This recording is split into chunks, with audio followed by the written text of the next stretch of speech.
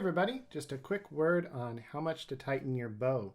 This is one of the most common questions I get is how much should you tighten your bow, from beginners all the way to very advanced players. So I'm going to give you the general rule that will work for almost all applications, and then you can adjust from there.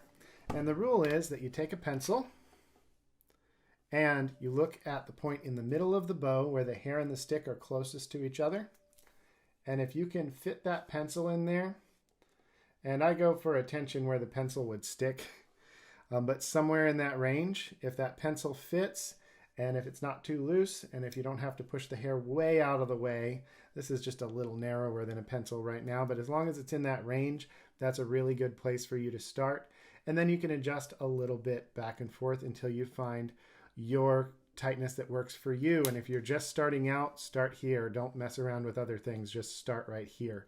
If you're coming from classical or influenced by that and you've been tightening your bow like this, don't do that anymore. Loosen it down and start at a pencil's width. You'll be really glad you did. It works really well for bluegrass and related fiddle styles.